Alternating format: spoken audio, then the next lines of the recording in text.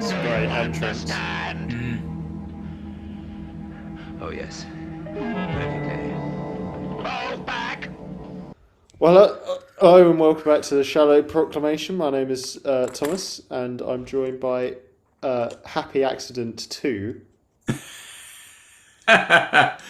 Paul. Oh no, it was Happy Disaster. Happy Disaster. Happy Accident sounds like my parents didn't want me. But it all turned out fine in the end. Yes. You're very much wanted, Paul. Sorry, a slip of the tongue.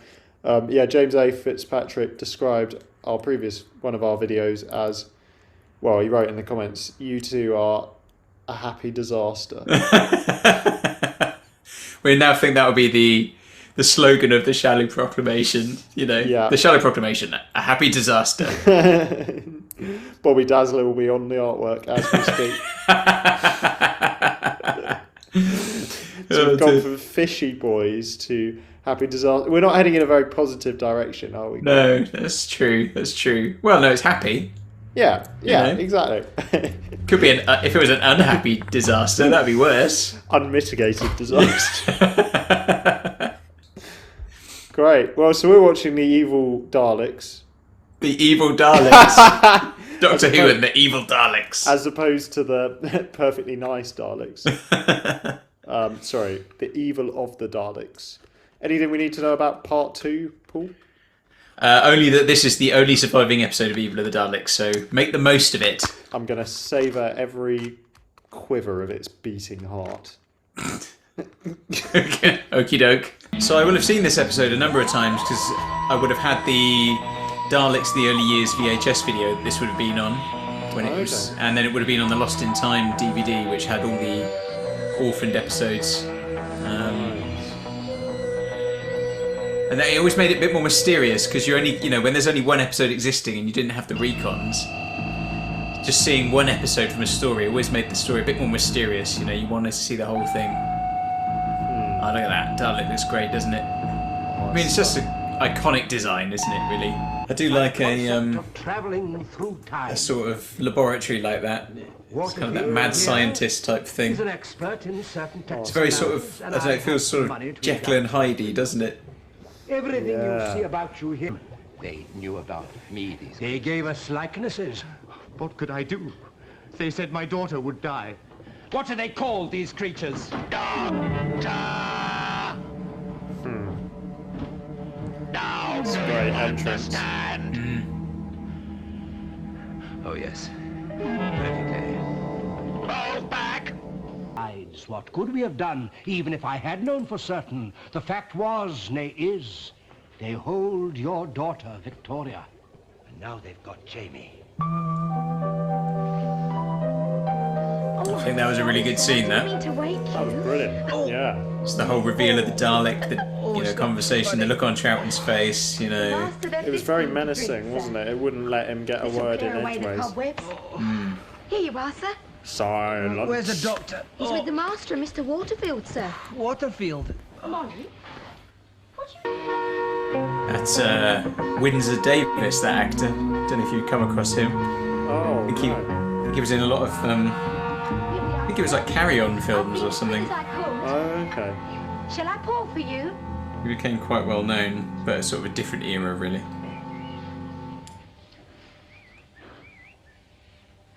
Poor young gentleman. I also recognise the lady who plays so much to drink. Ruth Maxtable, but I'm trying to think what I know her from. Oh, she was in The Likely Lads. Yeah, of course. I have made up my mind. But they ordered you She's the not wife, to tell isn't your she? friend Mr. There we McCrimmon go. anything.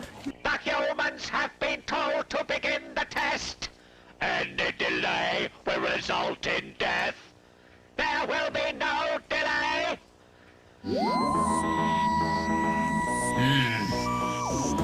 There will be no delay. Oh, it was great, wasn't it? I think the highlight was the scene you pointed out with the Doctor meeting the Dalek and just, the realisation he's like, oh, static electricity, or summoned a creature, or it's got this girl captive. That's like a proper kind of like princess trapped in a tower sort of situation, isn't it? Yeah, there is a bit of that, isn't there? Victoria. Yeah, a bit like Rapunzel or but with Daleks. Rapunzel with Daleks. That's something, isn't it? No. And then then it gets personal because it's like Jamie's going to be captured as well. Yeah, I thought it was great. I thought it was doing some really interesting things. Because I guess they know that the Daleks is like it's going to be a big deal each time they bring them back, even now. So they're kind of really ramping it up, aren't they? Yeah. What about you? Yeah, I think it was great. I mean, I think sometimes when you watch an episode, you can really get a sense of like you just know, or like this is good stuff. Yeah. Stodgy waffle. Which is why it's so gutting that the other episodes don't exist. Because you watch that episode and it's just so strong. And I love that, it's doing a lot, isn't it? Because we've had 1966, now we're in 1866. We've gone from the sort of the modern day back into the past. So that we've got a bit of an explanation about Waterfield, haven't we? That explains his antiques, why he's a bit unusual, because he's actually from 1866. He's not a modern man, and hence, when Kennedy in the first one said to him sort of, okay, he's like, okay. He's like, yeah, yes, sure, no problem. Yeah. So he just doesn't know the slang. But I think he plays it really well, Waterfield. He plays it like someone, his daughter's obviously in the tower, Victoria's imprisoned.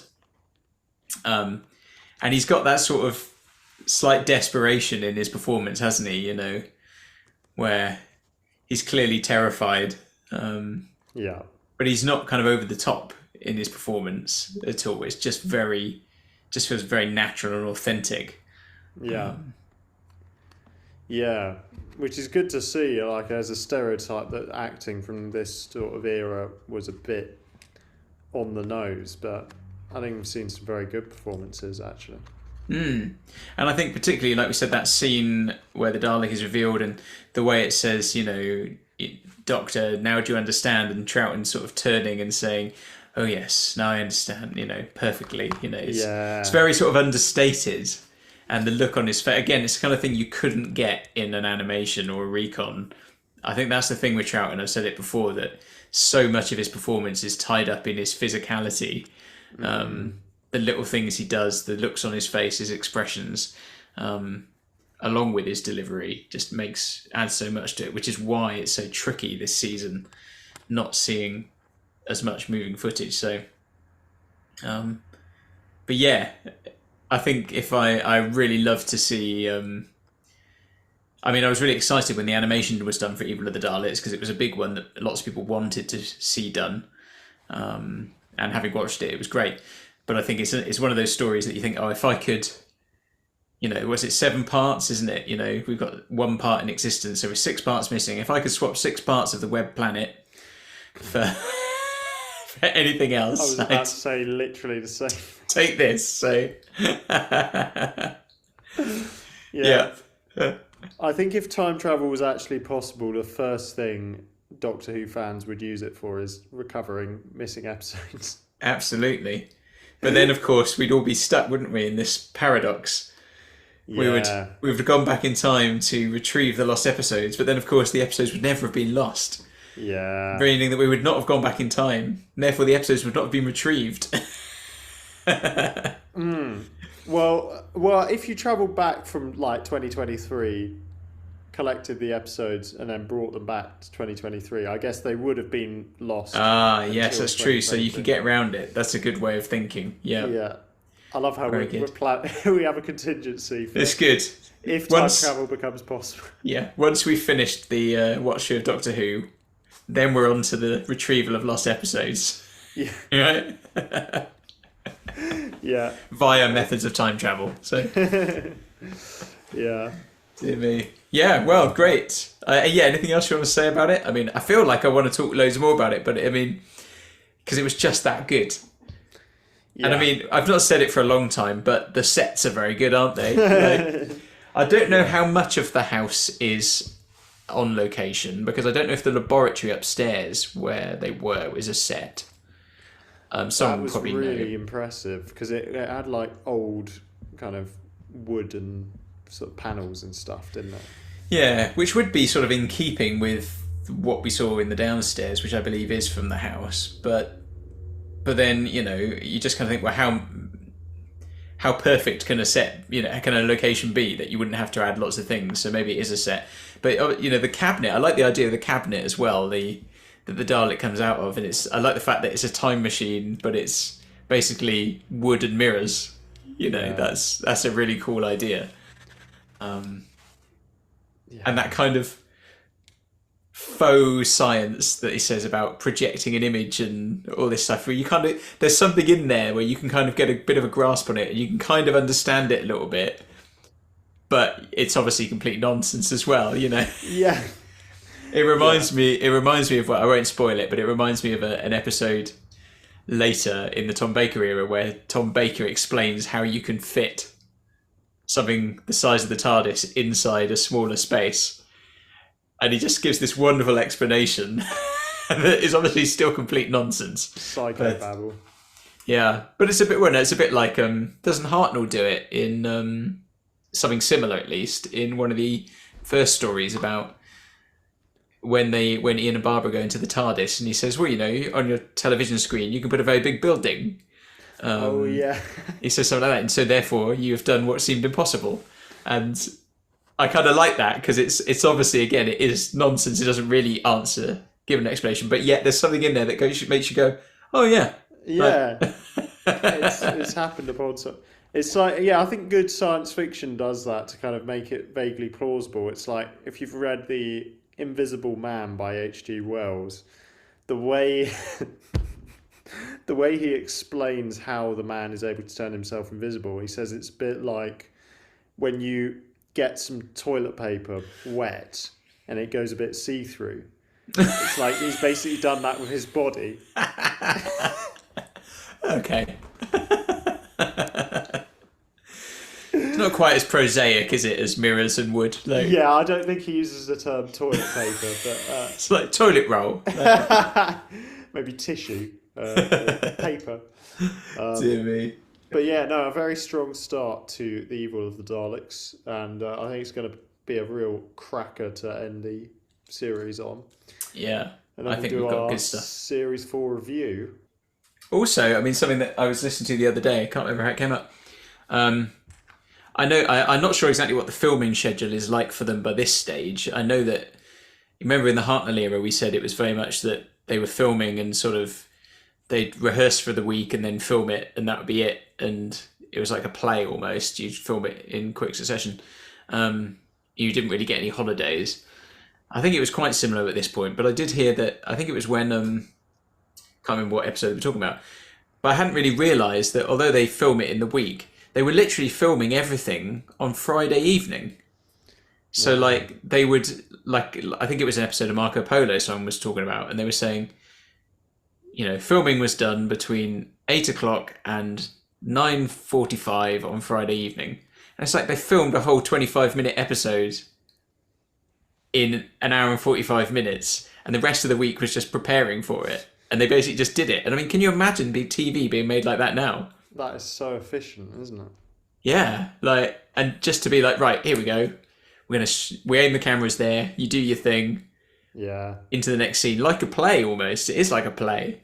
Yeah, that's fascinating. I guess now the gap between TV and film has kind of pretty much vanished. So they kind of really take their time and on the shots and stuff, don't they? And, yeah.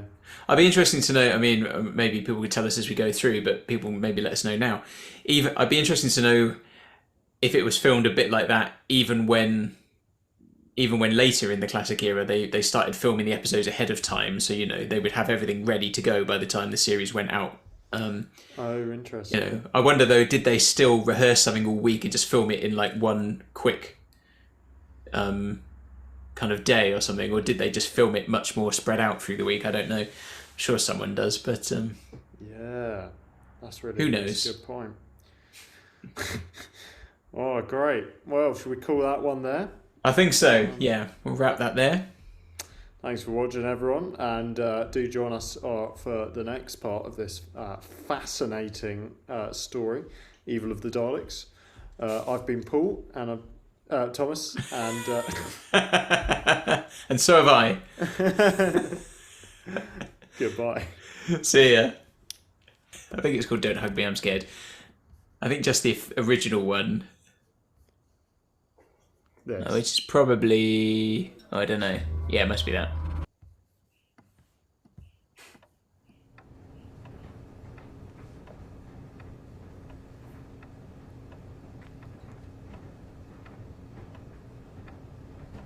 Oh gosh, this is going to be disturbing, isn't it?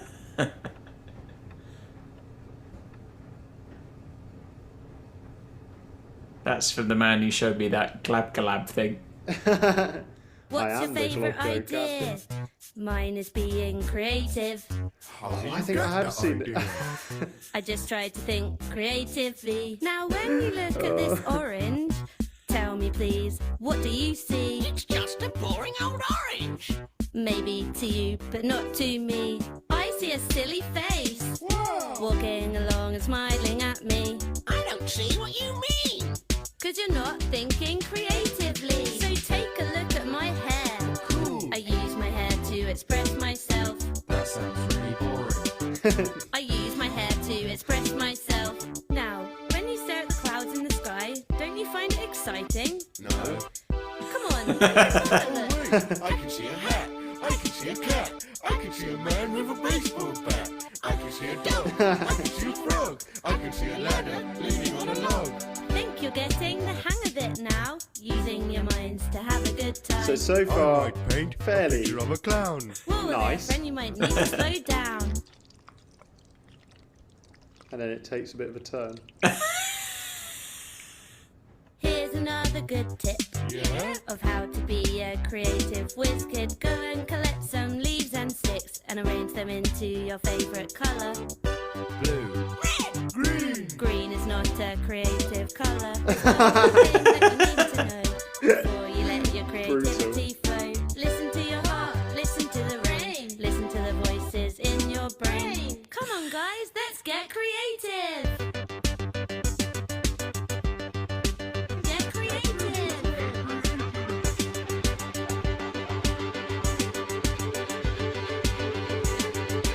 Oh, it's so trippy.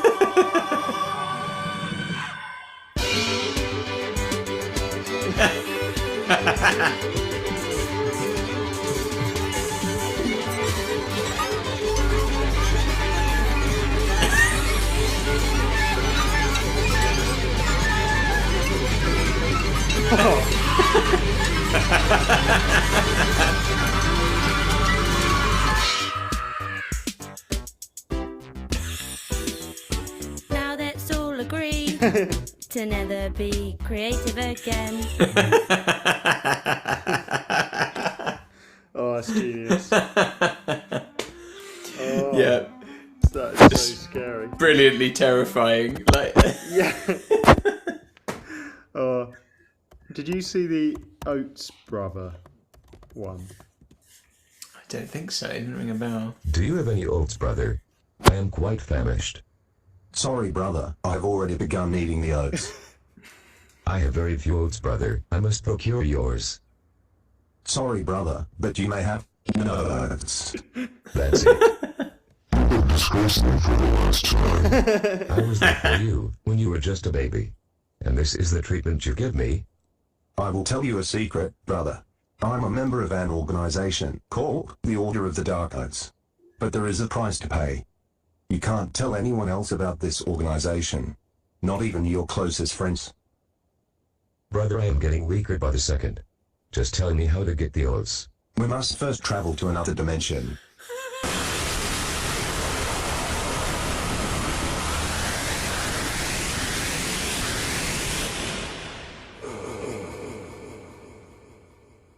Now we must speak to the frog named Keck. Oh, Honorable Keck, may we please have some oats?